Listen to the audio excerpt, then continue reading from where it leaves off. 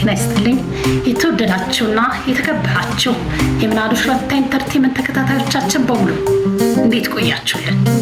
ይህ በየሳምንቱ ወደ እናንተ ይዘን የምንቀርበው የትረካ ሰዓታችን የትረካ ሰዓት ቻናላችንን በቅንነት ሰብስክራይብ፣ ሼር፣ ላይክ እያደረጋችሁ ቤተሰብ እንድትሆኑ ታሪኮቻችን ደግሞ ለሌሎች እንድታጋሩ በትህትናና በፍቅር እየጠየቅኩኝ ከወዲሁ ስለ አብሮነታችሁ ከልብ አመሰግናለሁ።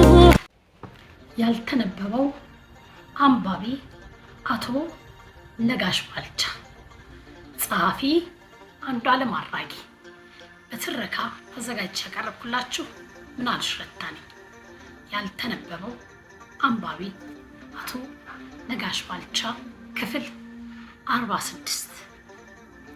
በ13 ዓመቱ እናቱን ተከትሎ ወደ አዲስ አበባ ለመመለስ 3 ብር አጥቶ በለጋ ዕድሜው ብዙ የወጣ የወረደ ሰው በመርካቶ ጉራንጉር ውስጥ ሲኒ እያዞረ ለምሳው የሚያስፈልገውን 15 ሳንቲም አጥቶ መከራን የተጎነጨ ሰውና በሌሎች የህይወት አሰቃቂ ጠርዞች ላይ የተመላለሰ ሰው እንዴት መታወቅን ናቀ የሚለውን ጥያቄ መመለስ ያስቸግራል። በዚህ ርዕስ መጀመሪያ ላይ ያነሳነው ሐሳብ የሚያሳየን እንደ ነጋሽ በህይወት ጠባብ ሰርጾች ውስጥ ያለፉ ሰዎች በልጅነት የጎደላቸውን ክፍተት ለመሙላት ይችሉ ዘንድ ዝነኛነትን አብዝተው ያሳድዳሉ። ነጋሽ ትናንት የናቁትን ለማሸማቀቅ የትናንቱን ድህነቱን የሀብት ፒራሚድ በመስራት ለመበቀል ሲሞክር አይገኝም። በየመንገዱ ያለውን እያካፈለ እንደገና ከጥቂት ነገር እየጨመረ በዙሪያው ያሉትን ሁሉ ባለ ሀብት በማድረግ በእነርሱ ስኬት የሚደሰት ሰው ነበር። በዓለም አቀፍ ደረጃም ሰዎች ያደረጉት ሁሉ እንዲታወቅላቸው ሲደክሙ እናያለን።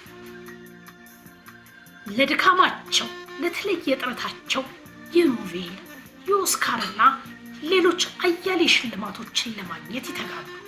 ሰዎች ለመታወቅ ብዙ ከሰሩ በኋላ ለዝንተ ዓለም የተመኙትን ዝነኝነትን ሲያገኙት መልሰው ይጠሉታል። በየዜናው ላይ መወሳት፣ እንደ ሰው ሁሉ በነፃነት መዝናናት አለመቻልና ሁሉም እየተነሳ የሚጥል የሚያነሳቸው መሆኑን አምረራው ይጠሉታል።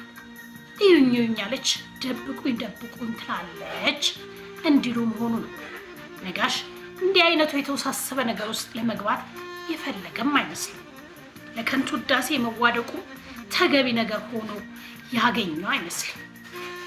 ከንቱ ውዳሴውን እየሸሸ ማድረግ የሚገባውን ግን እያደረገ ከዝነኞች ይልቅ ዝም ብሎ በሰብአዊነት መንገድ ላይ መራመድን እንደመረጠ ተግባሮቹ ይመሰክራሉ። በሀገራችን ከተወሰኑ ዓመታት ወዲህ የበጎ ሰው ሽልማት የተሰኘ በበጎ ምግባራቸው የሚታወቁ ሰዎችን አወዳድሮ የሚሸልም ድርጅት ስለመኖሩ የአደባባይ ሚስጥር ነው። ለዚህ ሽልማት ነጋሽ በእጩነት ለማቅረብ በአዘጋጆች በኩል የነጋሽን የበጎ ምግባር መገለጫ የሆኑ ስራዎቹን አጠቃላይ የህይወቱን እርምጃ በሚመለከት መረጃ ሰብስበው ለማወዳደር ጥያቄ ቀርቦልን ነበር። ብዙዎቻችን እንደምናደርገው ነጋሽ በደስታ ዶሴውን ሰንዶ እንሆ አላለም። ይልቅስ እኔ ለእንዲህ አይነት ክብር የሚያበቃ ምንም ስራ አልሰራሁም፣ ክብሩን ለሚገባቸው ስጡ እንጂ በእኔ ጊዜ አታጥፉ ሲል ገና በጥስሱ በእንዲህ አይነት ነገር ፍላጎት እንደሌለው ገልጾ ጉዳዩን ቋጨው። ከአንደበቱ የእኔ ትርኪ ምርኪ ነው። እዛ ቦታ የሚቀርቡ ሰዎች ለሀገር ትልልቅ ነገር የሰሩ ናቸው። ስንቶቻችን እንዲህ አይነት የእውቅና መንገዶችን ስናሳድድ እንቅልፍ አጥተን እንደምናደር ቤታችን ይቁጠራል። ሰው በዚህ ደረጃ ሰዎች የሚሞቱና የሚዋደቁለትን የክብርና የዝና መንገድ ይሸሻሉ የሚለው ጥያቄ እንድናነሳ የሚያደርገን ከዚህ በታች የምናነሳው የአቶ ነጋሽ ድርጊት ነው። በአንድ ወቅት በመሰረተ ወገራም የሚገኘው የማርያም ቤተክርስቲያን ባልታወቀ ምክንያት መቃጠሉ ይሰማል። በጉዳዩ ላይ ከማንም ቀድሞ የደረሰው ነጋሽ ባልቻ አስቀድሞ ከራሱ 1 ሚሊዮን ብር በመመደብ ሌሎች የእርሱ አይነት 3 በጎ ሀሳቢዎችን እግዚአብሔር ያደለው አንድ ሰው ብቻ ሊሰራ የሚገባውን ቢሆንም እኛ ለ4 ይህን ማሰራት ሊሳነን አይገባም በማለት እነርሱም ተመሳሳይ መጠን ያለው ገንዘብ አዋጥተው ቤተክርስቲያኑ እንዲታደስ አድርጓል።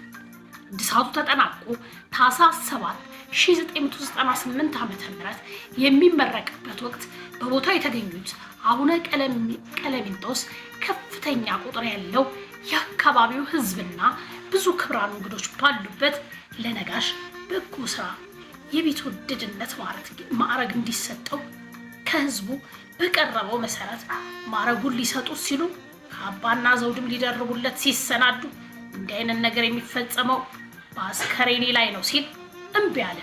ምን አድርጌ ነው እንዲህ አይነት ሸክም የምትጥሉብኝ? ቤተክርስቲያኑም ቢሆን ከወንድሞቼ ጋር በመሆን በጋራ የሰራ ነው እንጂ እኔ በተናጠል ምን የተለየ ነገር ስላደረግኩ ነው እንዲህ አይነት ክብር የምትሰጡኝ? በማለት አሻፈረኝ አለ። በአንድ ወገን ህዝቡ ይገባሃልና ተቀበል፣ በሌላ ወገን ነጋሽ የማይገባኝን ክብር ስትሰጡኝ ዕዳ እንጂ የምትጭኑብኝ ክብር አላጎናጸፋችሁኝ። ስለዚህ የጫናችሁብኝን ዕዳ ካላነሳችሁ ታቦቱም አይገባም በማለት ታቦቱ ፊት ቆሞ አላስገባም ይላል። ከብዙ ዝግብ በኋላ ነጋሽ የተሰጠውን ማዕረግ ፈጽሞ እንደማይቀበል ሲታወቅ በል እንዳልኪው ትልቁን ቁም ነገር የሚገልጸው ሐሳብ የሰነዘሩት በቦታው የተገኙት ጳጳስ አቡነ ቀለሚንጦስ ብዙዎች እንዲህ አይነት ክብር ለምን አልተሰጠንም ብለው ያዝናሉ። አንተ ደግሞ ለምን እንዲህ አይነት ማዕረግ ጫናችሁብኝ ብለህ ትቆጣለህ አሉት። የሰው ሁሉ ባህሪ እስኪመስል ድረስ የሰው ልጅ ለእውቅናና ክብር በሚዋደቅበት ዓለም እንደ አቶ ነጋሽ ያሉት ጥቂት ግን ከሰዎች የሚቸረው ውዳሴም ሆነ ክብር ይሸሻሉ። እንዲህ አይነት ያስተሳሰብ ልዕልና በቀላሉ የሚደረስበት ጉዳይ ሳይሆን ብዙ ከማንበብና በጥልቀት ከማሰብ የሚመጣ በራሱ ስሜት ላይ መንገስን የሚጠይቅ የስብዕና ከፍታ ነው።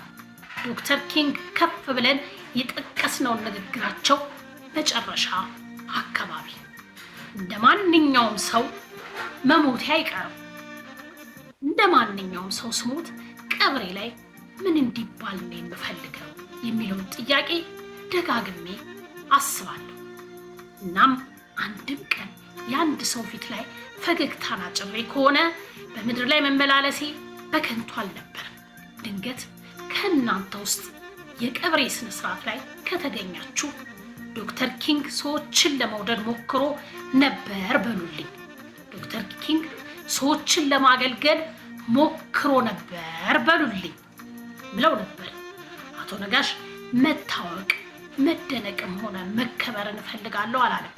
በዝምታና ሰዎች በማስተውሉት መንገድ ሰዎችን ማገልገልን ነበር የመረጠው። ብዙዎች ይህን መጽሐፍ ለመጻፍ መረጃ እንዲሰጡኝ ያናገርኳቸው ሁሉ የሚሉት ይሄንኑ ነው። በጎ ነገርን ሲሰራ እንዲታወቅበት አይፈልግም። ከታወቀበትም ለወሬ የማይበቃ ተራ ነገር እኮ ነው በማለት ያጣጥላል። አቶ ነጋሽ በስውር በጎ ነገር ለመስራት በስውርም ከሚከፍለው ፈጣሪ ዋጋውን መቀበል የመረጠ ይመስላል። አቶ ነጋሽ ሰው የሰራውን ነገር ጊዜውን ጠብቆ መታወቅ ሲኖርበት እንደሚታወቅ ከማመኑም የተነሳ የሰራውን ለማሳወቅ መጣደፍ እንደማያስፈልግ የተማመነ ይመስላል። ሰዎች ምንም ያህል ቢሮጡም እውነት ተዳፍኖ እንደማይቀር የሚወጣበትን የራሱ ዘመን እንዳለው እርግጠኛ የሆነ ይመስላል። ጸጋዬ እሸቱ ያወጣው አልበሙ ላይ እንዳለው ሰው ምላሱን ታስሮ ስጋው ቢቀበርም ደግም ሆነ ክፉ ሀቅ አይሸፈንም። መሬቱ አይናገር አፍ የለው እንደ ሰው ደግ አይል ክፉ አይል አፈሩን ሲያለብሰው ሞት ቢጋርደውም በመቃብር ጎራ አይቀርም ተዳፍኖ የሰው መልካም ስራ። የሰው ልጅ ባይቆይም ዘላለም በምድር ላይ እውነት ትኖራለች ከመቃብር በላይ። አፈር ለብሳት ቀርም በሞት ተደብቃ እውነትም ጊዜ አላት ትኖራለች ደምቃ እንዳለው የዚህ መጽሐፍ ህልውና መሆኑም አቶ ነጋሽ በዘመኑ ሊገልጸው ያልፈለገውን እውነት ለመግለጽ ያለመ ነው። አቶ ነጋሽ የሚገለጥና የሚነገር እውነት ካለ ጊዜውን ጠብቆ ይወጣል። ለሰዎች ያደረኳቸውን ነገሮች መዘርዘር ስለምን ለውዳሴ ከንቱ መሮጥ ያስፈልገኛል ሳይል አይቀርም። ብዙዎች የአቶ ነጋሽ ስራዎችን ሲሰሙ ይደመማሉ። እንዴት ይህን ሁሉ የሰራ ታላቅ ሰው እስካሁን ልናውቀው አልቻልንም ሲሉ ይጠይቃሉ። እንዲህ አይነት ደርዝ ያለው የሰከነና ዝናን ንቆ በሰብአዊነት ገዝፎ የሚገኝ ሰው በመብራት በሚፈለግበት ዘመን ተፈልጎ ሳይገኝ ወደ መቃብር ቢወርድም ይህ መጽሐፍ የፍለጋው አካል ሆኖ አንዳንድ ጥያቄዎችን ሊመልስ ይችላል። ሌሎችም እንዲህ አርቆ ከተሰቀለው ስብዕናው ብዙ እንማር ዘንድ በተወሰነ መልኩም ቢሆን እድል እናገኛለን። የአቶ ነጋሽ ማንነት ብዙዎቻችን ለረጅም ዘመናት ይዘናቸው የኖርናቸው አስተሳሰቦች እንድንፈትሽ ግድ የሚል የሰብአዊነት አብነት ነው ቢባል ፈጽሞ አይጋነንም ይለናል ጸሐፊያችን አንዱዓለም አራጌ። ያልተነበበው አንባቢ አቶ ነጋሽ ባልቻ። ለዛሬ ያዘጋጀንላችሁ ክፍል በዚህ ተጠናቋል። በቀጣይ ሌላኛውን ክፍል ይዘን እስክንገናኝ ቸር ቆዩልን።